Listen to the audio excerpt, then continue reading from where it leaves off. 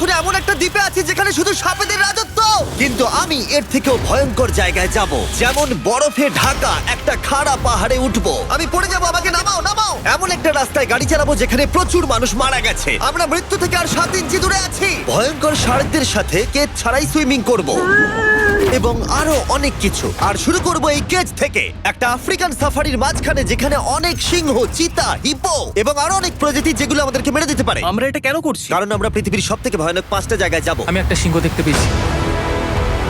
ও মাই god, এটা আমরা কেন করছি? আর যাতে সিংহরা আমাদের কাছাকাছি আসে তাই আমি অনেক মাংস এনেছি। এবং কেজের চারপাশেও ঝুলিয়ে দেব। ভাই আমরা বেঁচে ফিরবো তো? কিন্তু আসলে যে কারণে এই জায়গাটা বেশি ভয়ঙ্কর সেটা হলো সূর্য ডুবে যাবার পরে আমরা দেখতে পাই না, কিন্তু ওরা দেখতে পায়। জিমি, ওদিকে দুটো সিংহ রয়েছে। এই শব্দটা তো ঘন্টারের মতো লাগছে। না, এটা বিশাল ভাই। সবকিছু রাতে বেরোয় কেন? ভাই, আমাদের সিংহটা পুরো ঘিরে ধরেছে। আমাদের থেকে মাত্র 20 ফুট দূরে রয়েছে ওরা। ও মাই গড, আমাদের দিকেই তাকিয়ে রয়েছে। ও এদিকেই আসছে। আমার খুব ভয় লাগছে। ও না না, ও আমাদের দিকে আসছে।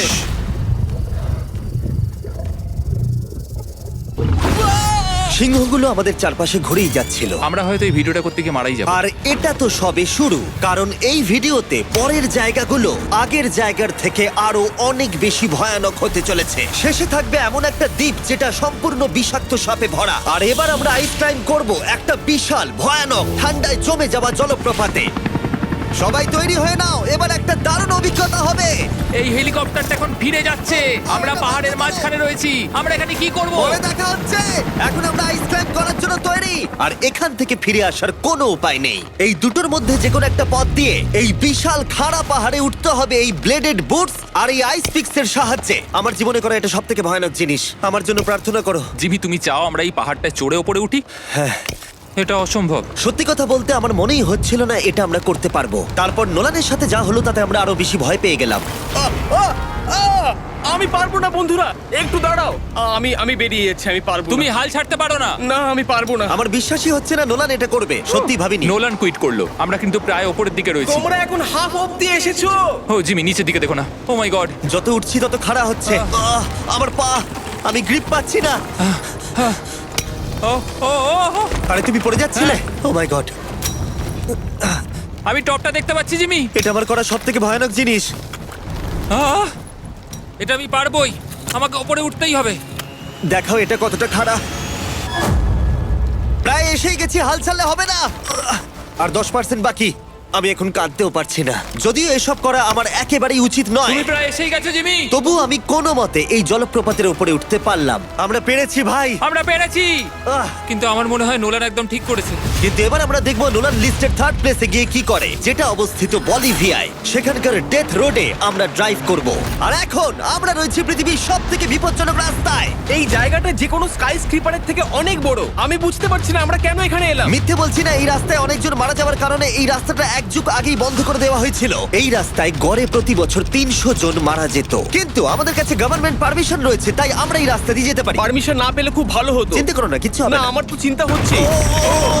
এবার বুঝতে পারছি কেন ডেথ রোড বলে। কিন্তু তুমি এমন চালাচ্ছ জানো এটা খুব সাধারণ রোড। দেখো তোমার জীবন আমার হাতে রয়েছে, তাই তুমি এরকম না, তোমার জীবন আমার হাতে রয়েছে। দেখো স্টিয়ারিংটা মনে হচ্ছে কেঁপে ট্রেন উঠলো। থেকে হাত সরিও না। আমরা এখন মৃত্যু থেকে মাত্র 7 ইঞ্চি দূরে আছি। আমরা খাদের খুব কাছে রয়েছি। সাবধানে সাবধানে সাবধানে। বলছো, এটা কি ও মাই flash করছে? গড, আমার লাইফ ফ্ল্যাশ করছে, ফ্ল্যাশ করেই যাচ্ছে আচ্ছা, বারবার। আর যদি তোমরা ভাবো এটাই সব থেকে বিপজ্জনক, তাহলে বলে রাখি আমাদের রাস্তায় আরো 3টে বিপজ্জনক স্পট বাকি আছে। রাস্তা আস্তে আস্তে আরো সরু হয়ে যাচ্ছে।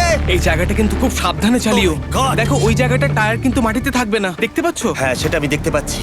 ও মাই গড, দেখো খাদটা Oh, কতটা দাঁড়াও। গভীর।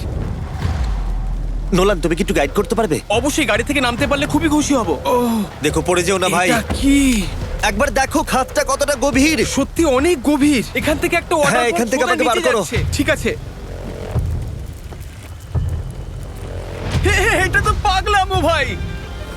আমাদের গাড়িটা খাদের একেবারে কিনারায়। গাড়ির চাকা এই গভীর খাদের একদম পাশ দিয়ে যাচ্ছে। এটা পাগলামো। সাবধানে, এই জায়গাটা ঢালও রয়েছে আর খুব স্লিপও আছে।